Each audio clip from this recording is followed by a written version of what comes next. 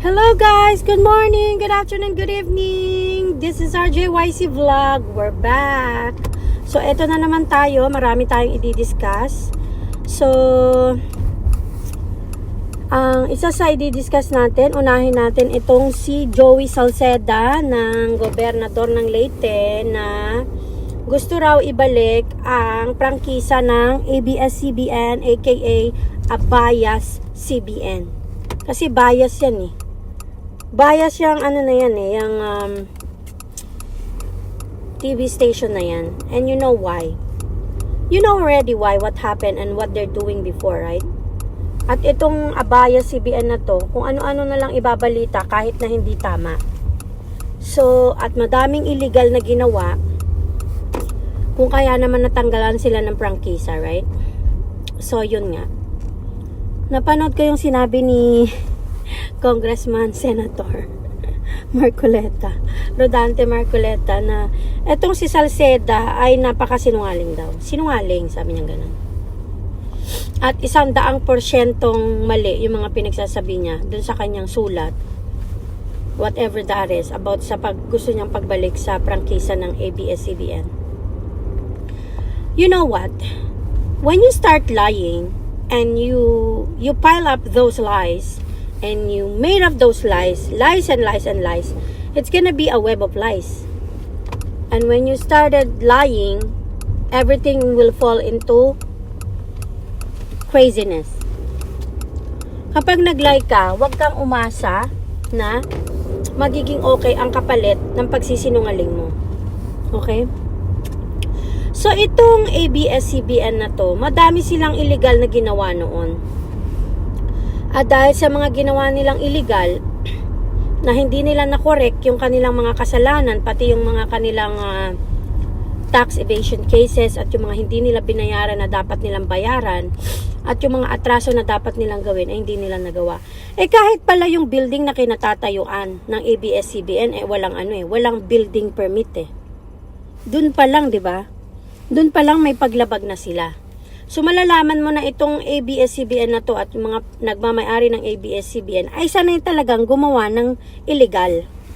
Dahil pinayagan sila ng kung sino man yung pumayag sa kanila na gawin yung ginagawa nila para para bayaran na lang yung mga tao na yon para manahimik.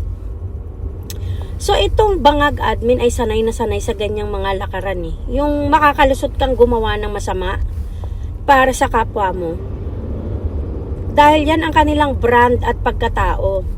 Ang gumawa ng illegal at gumawa ng masama sa kapwa at sa bansa. Gumawa ng illegal sa buhay. Yan ang kanilang brand of pamumuhay. Ang gumawa ng illegal, masama at hindi tama. So, kung isang araw bumalik itong ABS-CBN, hindi na tayo magtataka kasi nasa bangag admin tayo kung saan ang illegal ay ginagawang legal. At ang masama ay nagiging tama. At ang kabutihan ay pinapawalang bisa at ang ginagawa puro kasamaan. So, hindi na tayo magtataka dyan eh. Anyways, abangan natin kung ano mangyayari dyan. I'm pretty sure they're gonna shot Kong Marcoleta para hindi siya makialam sa bagay na yan. So, we'll see what's gonna happen, right? Because we don't know yet. After na nagsalita si Kong Marcoleta at sinabi niyang sinungaling tong si Salceda. Dahil tong si Salceda, wala namang alam to eh. Ginawa niya lang yan. For sure, merong nag-uutos dyan eh. I'm pretty sure gagamitin nila ang ABS-CBN para maghasik na naman ng mga kasinungalingan sa balita. Yan lang naman yun eh. Kasi yan ang ginawa nila noon sa panahon ni PRRD. Yung Rappler na yan, ABS-CBN na yan, magkakasama yan sila eh. At yung mga yan, may mga kanya-kanyang illegal na ginagawa. Kaya, himod, tumbong sila sa admin ni Bangag. Yan yun. Anyways, magkakaalaman ko ano mangyayari. And then, next tayo dito sa pagbabago ng rally ng INC. I think they already changed the venue. Instead of the Bonifacio, Liwasang Bonifacio, they will do it in Quirino Grandstand. So, mas malaki yun. Mas maluwang. So, I think they're gonna do it there now. They changed the venue. I'm pretty sure I heard it in Net 25 sa kanilang Saganang Mamamayan kanina. Sinabi ni Kanel. So yeah. So dyan na ang panibagong venue ng peaceful rally ng mga INC. And that is sa Quirino Grandstand. That's gonna be on Monday, January 13. So we'll see what's gonna happen with that rally. And sabi nga po ng ating mga kapatid sa INC, ito po ay peaceful rally. So hindi po nila tinatanggap yung mga kaguluhan at kung ano man may iba kang agenda ay hindi po nila tinatanggap. So sana po ay makipagkaisa ang bawat isa sa paraan na gusto ng mga INC at yan ay ang kapayapaan. At maiwasan ang anumang kaguluhan sa rally na yan dahil it is a peaceful rally. Okay? So next nating pag-uusapan is yung ano pa bang mga topic na na-miss natin.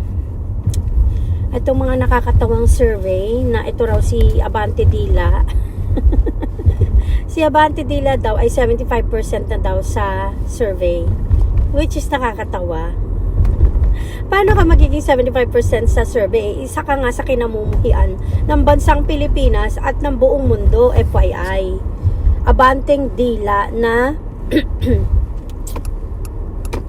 bulaang propeta. Isa kang bulaang propeta. Wala pa akong nakikitang... Alam mo ba, kapag nabilang ka sa isang kawatan at mandidekwat ng pera ng taong bayan, hindi ka propeta, bulaang propeta ka. Nalang pagkakalam ko, mga propeta, mabubuting tao yan. Hindi gumagawa yan ng illegal at hindi gumagawa yan ng ikahihirap ng kapwa nila. Isa kang congressman, meron kang mga mamahaling gamit, mga bulletproof na sasakyan, Rolex at kung ano-ano pa. Paano mo na-acquire yun? Kung isa ka lang congressman. Magkano lang naman ang sahod ng congressman?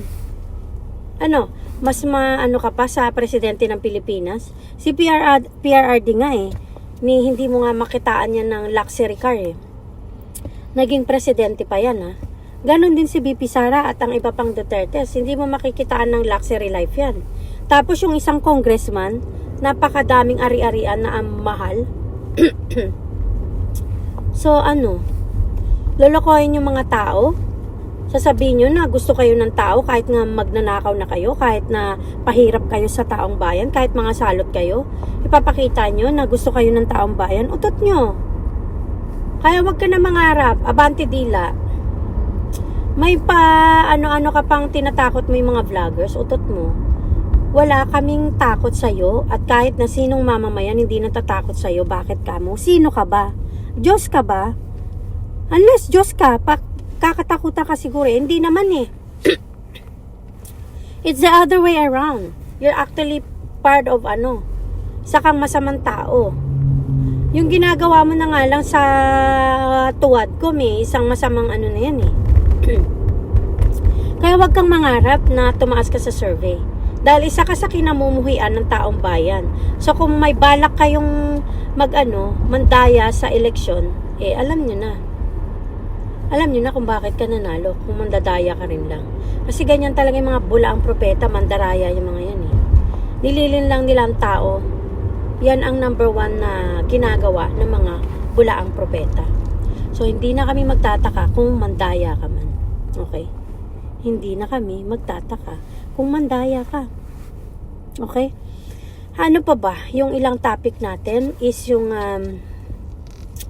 itong mga kaganapang pagtaas ng bilihin sa Pilipinas, and that is yung kamatis na isang piraso ay 30 pesos at yung sili at yung bell pepper at kung ano pa ang iba na tumataas na talaga.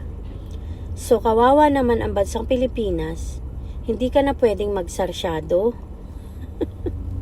Hindi ka na pwedeng magluto ng anything na may kamatis kapag ikaw ay nasa laylayan at mahirap ang buhay na hindi nakakakuha ng ayuda sa Tambanakaw. at walang kakayahang bumili ng kamatis dahil mas mahal pa ang kamatis kaysa sa isang pirasong itlog at isang pirasong red egg.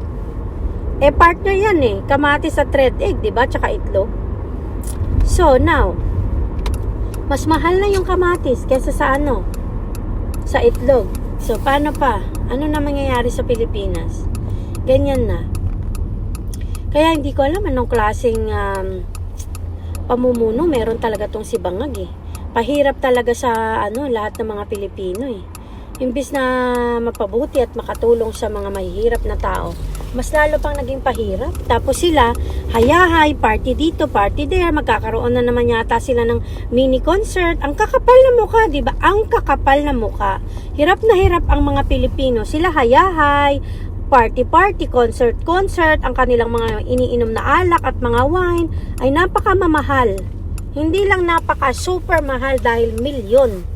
Almost 1 million ang isang bote ng kanilang iniinom na wine dyan at kung ano-ano pa. Na mga inuming alak na akala mo pera nila yung ginagamit nilang pambili ng kanilang mga luho. Ang kakapal na mukha, di ba? Kaya naawa talaga ako sa taong bayan dyan sa Pilipinas. Awang-awa talaga ako. Anyways, abangan natin kung anong susunod na mangyayari sa bansang Pilipinas when it comes to bilihin. And I'm pretty sure mas lalala pa yan. Unless mapatalsik na yung bangag na yan at mabigyan na tayo ng mas matinong presidente. Baka sakali mag-iba na ang takbo ng buhay ng Pilipinas. We'll see what's gonna happen because we don't know yet, right? We'll see what's gonna happen kung anong mangyayari sa bansang Pilipinas na tayo ay may presidenteng inutil, useless at walang ginawa sa bayan kundi ang maging salot sa bansang Pilipinas. So let's just wait. Anyways, I'm going to pick up my friend because we're gonna have a brunch today. So ano pa ba ang pag-uusapan natin?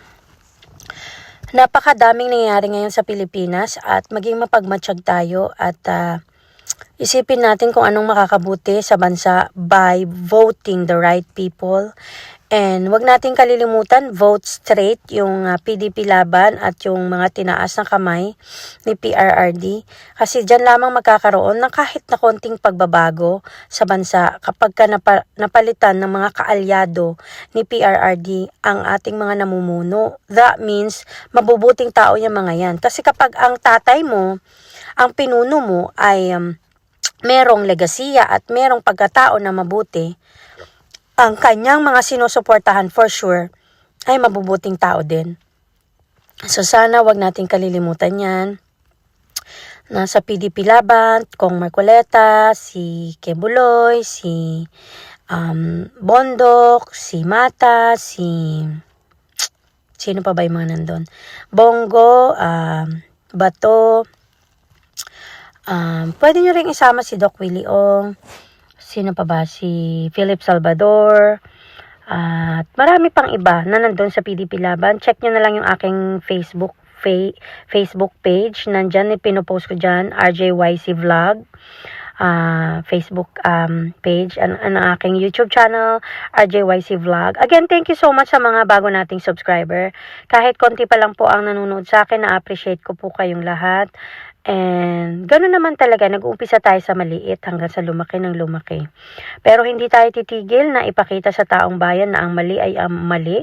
At ang sinusuportahan natin dito ay hindi lamang po mga Dutertes, kundi tayo po ay nasa tama. At alam natin, it just happened na ang mga Dutertes ang nasa mabuti at nasa tama. At napatunayan na natin yan ng maraming beses. At meron silang resibo ng tamang ginagawa sa mundo. Pumunta lang kayo ng Davao City o kahit magtanong-tanong kayo sa mga mga taga Davao kung anong ginawa ng mga Duterte sa Davao City. At paulit-ulit kong sinasabi, kapag may resibo ng kabutihan, alam mo na mabuti talaga. Kaya kahit anong sira ang gawin mo, action speaks louder than words. Kahit yung mga salita ng ibang tao ay hindi maganda, yung action pa rin ng mga Dutertes ang mangingibabaw. At alam natin yan, na sila lang ang totoong nagmahal sa mga Pilipino. At hanggang ngayon, yan ang ginagawa nila. Kahit kay BP Sara, nagtatrabaho lang siya kahit na patuloy siyang dinudurog ng mga masasamang tao sa bangag admin. So patuloy lang tayo lumaban, suportahan natin ang bansang Pilipinas, ang kapayapaan at ang makakabuti sa bansang Pilipinas at balang araw, umaasa tayo na magkakaroon tayo ng mas masagana, mas matagumpay at mas prosperity ng bansang Pilipinas at ng mamamayang Pilipino, and one day lahat tayo ay magkaroon na mas mapayapa at mas maunlad na buhay sa bansang Pilipinas. Okay? Again, thank you guys for watching me, and later we're gonna have to discuss more of what is going on in the Philippines. And maraming salamat sa ating mga subscribers. Please like, subscribe, comment, and share. At maraming salamat po ulit sa pakikinig. God bless guys. Bye!